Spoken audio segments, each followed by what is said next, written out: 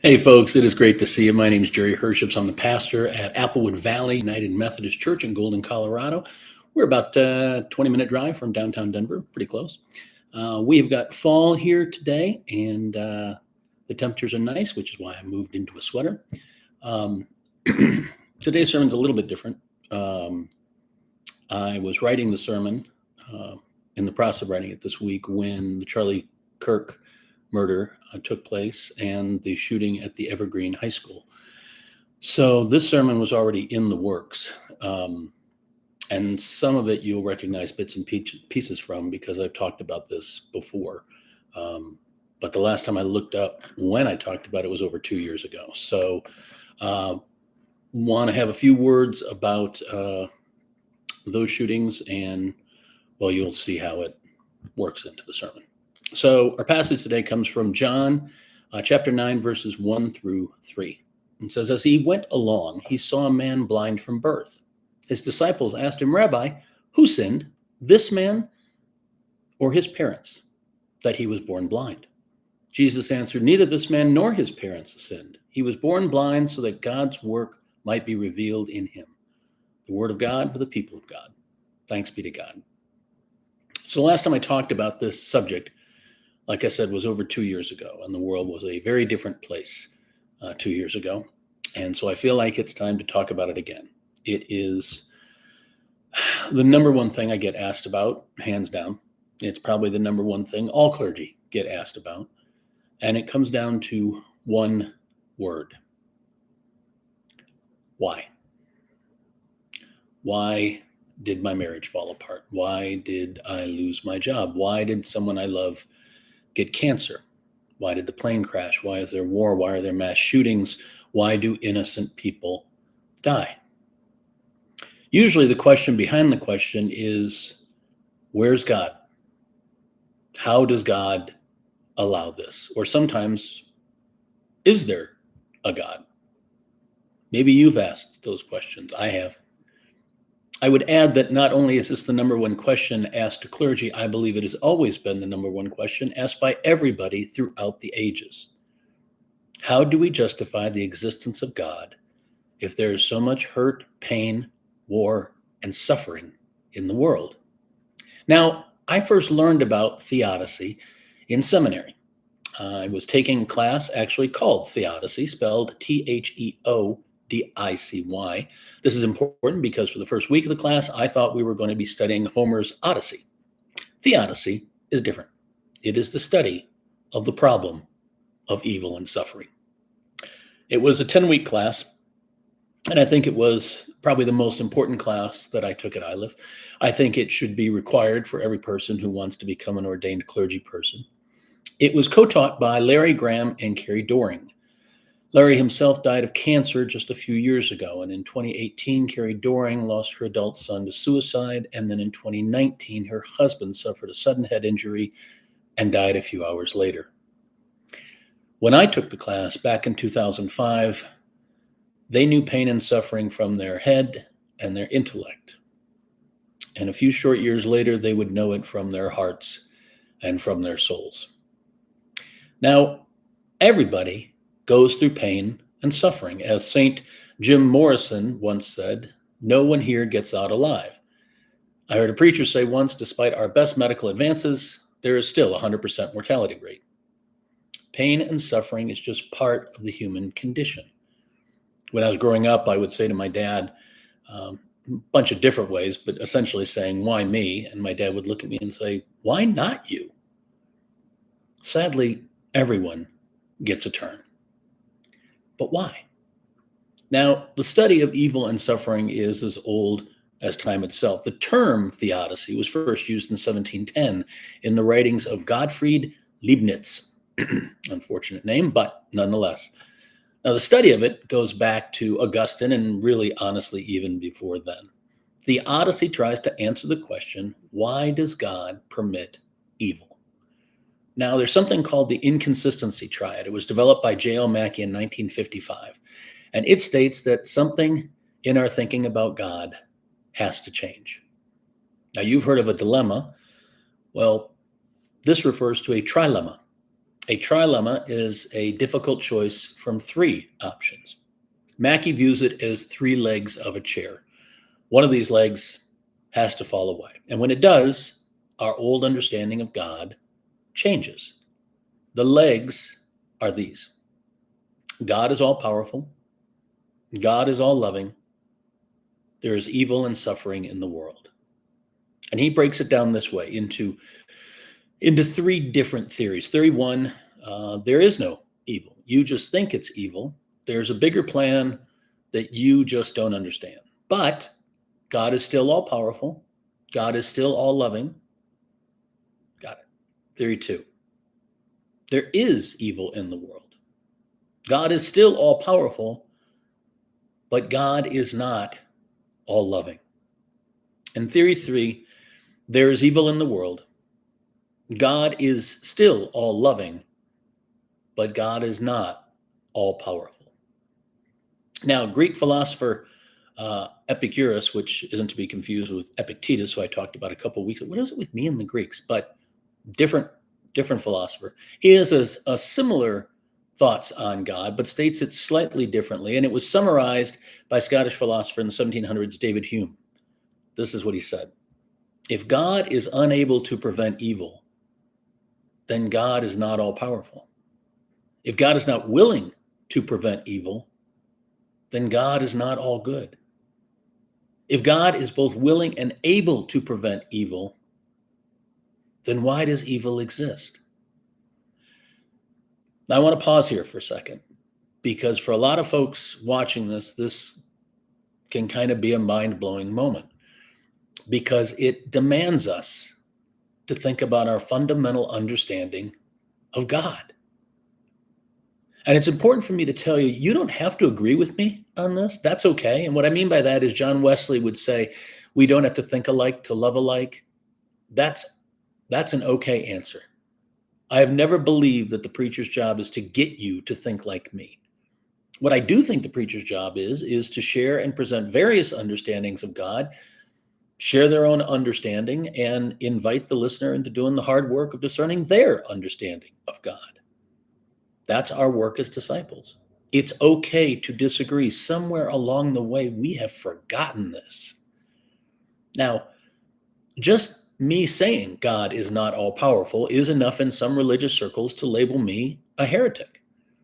Now, other modern theologians explore concepts like open theism, which suggests God's power is immense, but not forcibly controlling over free will. It's not coercive. Now, I will grant you, this is some tough stuff. I am guessing at least some of you are thinking, wow, I thought he used to be a comic. This is not funny at all. This is not fun. It's not. It's heavy stuff. And we live in heavy times. We have school and church shootings. We have a nation divided. We have war in the Middle East and war with Russia and Ukraine. Those are just the ones that we talk about. According to something called the Geneva Academy, which monitors international humanitarian law and human rights, there are currently, as I'm speaking, 110 armed conflicts taking place somewhere in the world right now. 110. And it's events like these that force us to directly confront the idea of God and how God exists in the face of evil and suffering. Although I do want to point out, as I've done in past sermons, there's really strong data that does suggest we're actually living in the safest time in history. Now, nonetheless, when we come face to face with evil and suffering, it gives us pause. It makes us ask hard questions. And I, for one, just don't think that's a bad thing. Harold Kushner, who just passed a couple years ago, was a rabbi who lost his young son to a rare disease. He wrote in his book, Why Bad Things Happen to Good People, he said this: God is the God of justice and not of power. And if we can open ourselves up to thinking of God differently, to acknowledge that God is not in control of all things, then many good things are possible. Kushner builds the case for a God whose power is different, one that is rooted in love and compassion.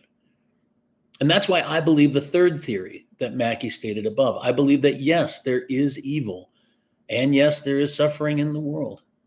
And yes, I believe in a God that is all loving. What I also have to believe to make sense of all the pain is that God is not all powerful. Now, I do believe that God is still the most powerful force in the universe, absolutely. But I also believe in the concept of free will. I do not believe all this was predestined. As a result, people can choose what to do with their thoughts and words and actions. And it's in this gap that evil and suffering can enter in. We've seen it all too often. Now, this can be hard to process, and we all go about it in our own ways. This is why when we look at events of the world, we have to recognize that we all process these things different. For some people, war is a trigger that spins them into grief, especially if that's a trigger from past memories. For others, it's things like HIV in Africa. And for other people still, it's mass shootings like the Walmart shooting in El Paso, or the one in Dayton, Ohio, or the one in Boulder, or the one in the church in Minneapolis not even 3 weeks ago. Incidentally, there have been 15 other mass shootings since the one in Minneapolis. 15. Actually, I take it back because, like I said, while I was writing yesterday, there was a shooting at the Evergreen High School here in Colorado. So I'm sorry, the updated number is 16 now since the church shooting, not even 3 weeks ago. These events can sometimes make us feel hopeless and helpless. A feeling of wanting to throw up our hands and say, what's the use? Or simply, why, God? In Elie Wiesel's landmark book, Night, he speaks of his experience of surviving the concentration camps in World War II. Now, there was an especially painful moment where a child was hung for stealing bread. And the prisoners were forced to watch.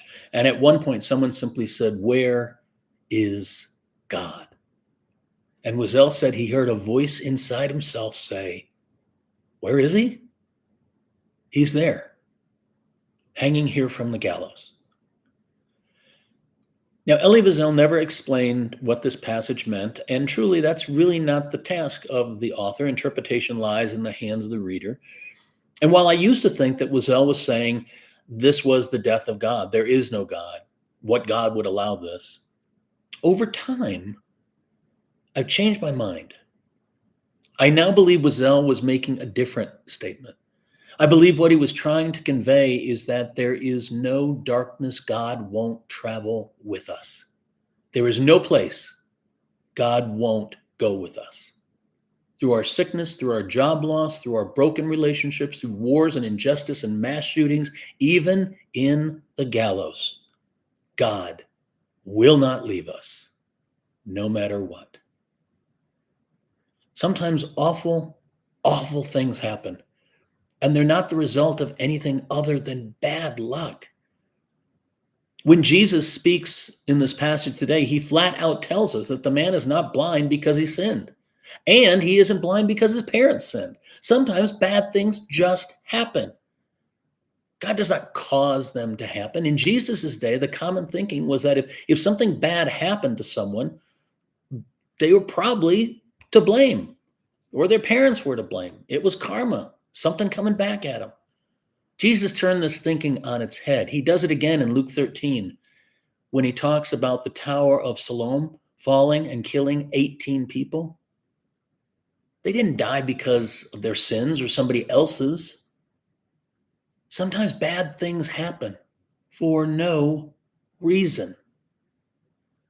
Now, many of us know this in our head, and we know it with others. Those people who were in that church in Minnesota, they were in the wrong place at the wrong time. That's all. Those victims did nothing wrong. Their parents did nothing wrong. Just sometimes horrible things happen, and it's not a vengeful act of an angry God. So if we know it in our heart and mind that sometimes bad things just happen, and we believe that God will never leave us to face our trials alone, and we are even okay with acknowledging God is not all powerful because he gave us free will, And as a result, sometimes people do horrible things. If we buy all that, then where's the hope? How do we move forward? Memento mori. There is our answer. I've mentioned it before. It's Latin literally for remember death. Now, while some might view this as a huge Debbie Downer, I see it a little different. I see it through the lens of what people in the recovery world would call stay in your day. Don't get too wrapped up about what tomorrow will bring. We may never get there. Don't waste 1 second painfully reliving the past. It's over. It won't add one more minute to your life. Jesus told us this himself. Instead, memento mori, realizing that now today is all we have. We must live our lives completely and fully in the now because there is no guaranteed tomorrows. How do we process the pain and heartbreak and injustice and sorrow that we've seen in the past? Well, not by hashing it over and over again, but by living our own best lives now. Drink the good wine, eat the ice cream, call that old friend you've been meaning to call, not tomorrow, today. This moment is all we have. The only other thing I see in how we combat evil and suffering is to walk towards it when we see others going through it. This is what it truly means to be the incarnation. This is what it truly means to be Christ in the world. Jesus always walked towards those who were hurting. I want to close by telling you something that happened to me this week. So, car trouble. Yeah, again. Got in my car earlier this week and the car wouldn't change gears. Wouldn't move. Gear shift wouldn't move. Had to have it towed to the shop. Now, it's nearly 10 years old. It has more than 130,000 miles on it. I get it. Still, I was bummed. Just one of those times you feel like you just can't seem to get ahead. And so I went to one of my favorite watering holes to cry in my beer, or in this case, my Jameson. And then one of the servers came up and told me that their ex-boyfriend had gotten drunk, tried to drive home, hit another car, totaled both cars. The other driver got hurt. Then they left the scene. They later turned themselves in and are now facing serious charges and possibly even some serious jail time.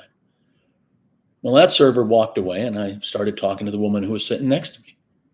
She was a little bit disheveled, late 60s, early 70s. She looked weary. You could tell she had seen some things.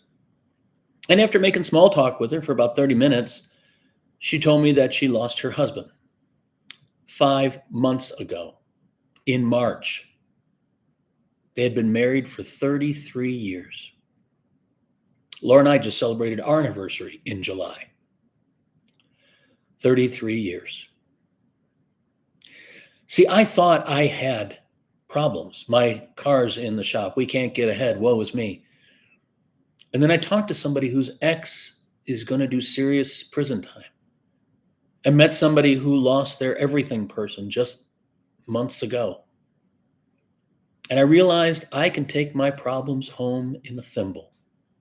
I didn't even have problems. I had inconveniences. When we see suffering in the world's response is to run away, but that was never Jesus's response. Jesus ran towards the suffering and the pains of the world. And we can too.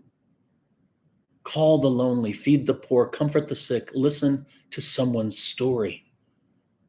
This is the only way we can truly battle suffering.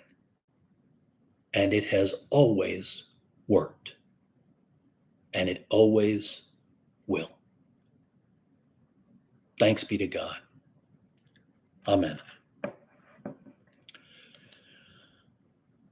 So, sorry, that went a little long, but lots to say. And hopefully you're able to get something out of that to use to get through this crazy world we're in right now. The number one thing is always go out, put more love in the world. Run towards the suffering. Listen, help, care, love. I hope you have a great week. I can't wait to see you next time. Take care, everybody.